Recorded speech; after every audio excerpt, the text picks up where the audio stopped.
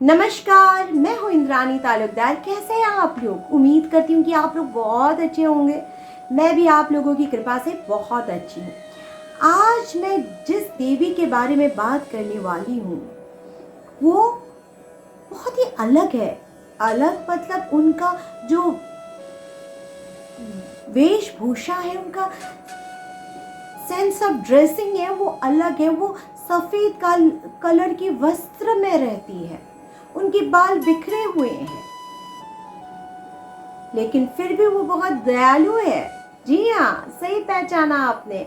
मैं बात करने वाली हूँ धूमावती माता के बारे में। धूमावती माता जो दसम महाविद्याओं में 7वें नंबर में आती है। माँ धूमावती बहुत ज्यादा दयालु है।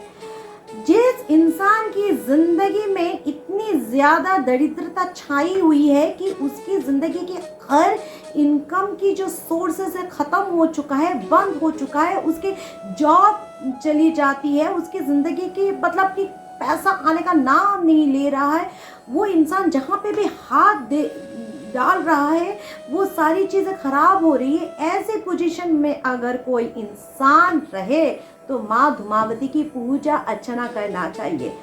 तब उसको जो है उस फाइनेंशियल लॉसेस से, फाइनेंशियल प्रॉब्लम से मुक्ति मिलेगी।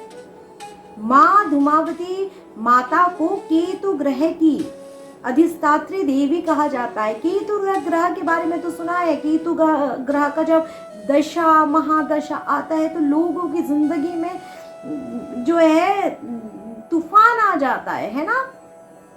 तो केतु महादशा और दशा की नेगेटिव प्रभाव से लड़ने के लिए भी अगर आप माँ धूमावती की पूजा अर्चना और हवन करते हो तो केतु महादशा की जो इफेक्ट है वो भी खत्म हो जाएगा। माँ धूमावती इतनी ज़्यादा स्ट्रॉन्ग है, इतनी ज़्यादा स्ट्रॉन्ग है कि माँ धूमावती के नाम से ही जो है भूत प्रेत ऊपरी बाधा हो या फिर ब्लैक मैजिक, ये सारी चीज़ें, नेगेटिव चीज़ें जो है दूर भाग जाती है। माँ की पौराणिक कथा के अनुसार माँ की जो उत्पत्ति है वो है इसी तरीके की है कि एक बार जो है पार्वती जी को भूख लगी थी तो शिव जी को उन्होंने भोजन के लिए बोला। शिव जी ने उनको इंतज़ार करने के लिए बोला, लेकिन जो है माता को इतना गुस्सा आया था कि वो जो है शिव जी को ही निकल गई। लेकिन शिव जी जो है को निकलने के बाद जो है शिव जी तो वैसे वापस आ गए, लेकिन उनका जो है शरीर एकदम गर्म पड़ गया था, धुआं निकल गया था। इसी से धूमावती का जो है आविर्भाव होता है, प्राकट्य होता है। ये तो एक देखो एक लीला है। आप ऐसे कैसे कर सकता है, ये सारी चीज़ें मत बोलना। ये लीला है, माता की लीला है ये चीज़ें।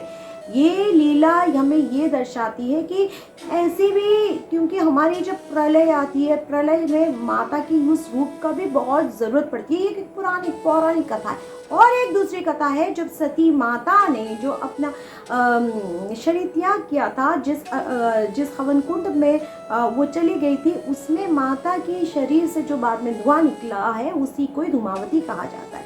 इसीलिए धूमावती का स्वरूप ऐसा है। माँ धूमावती जो है, कौवा जो है उनका वाहन है। झंडा उनके हाथों में रहता है। झंडा प्रतीक है, विजय का प्रतीक है, जीत का प्रतीक है। तो माता धूमावती की पूजा अर्चना करोगे तो विजय भी आपको मिलेगी ही मिलेगी। और धूमावती की पूजा अर्चना से जो है शत्रु बाधा, नजर दोष, हर तरीके की नेगेटिविटी तो दुनिया में छाई हुई है भाई। नेगेटिविटी की कोई ख़त्म ही नहीं हो। मतलब आज का जो दुनिया में जो लिस्ट है नेगेटिविटी की, पता नहीं किस किस टाइप की नेगेटिविटी जो भी है, किसी भी प्रकार की नेगेटिविटी हुई, जो माँ का पूजा अर्चना करेंगे ना तो वो सारी नेगेटिविटी जो है ख़त्म हो जाएगी। तो आप मुझे बताइए कि आपको मेरी ये वीडियो कैसी लगी माँ धूमावती के बारे में। अगर आपको अच्छी लगती है तो वीडियो को लाइक कीजिए और कमेंट कीजिए। कमेंट में आप जय माँ धूमावती लिखना ना भूलिए। अगर आप इसी तरीके से मेरे साथ मेरी स्पिरिचुअल जर्नी में जुड़ना चाहते हो या फिर इसी तरीके की स्पिरिचुअल और डिवाइन नॉलेज को लेना चाहते हो तो मेरे चैनल को सब्सक्राइब कीजिए।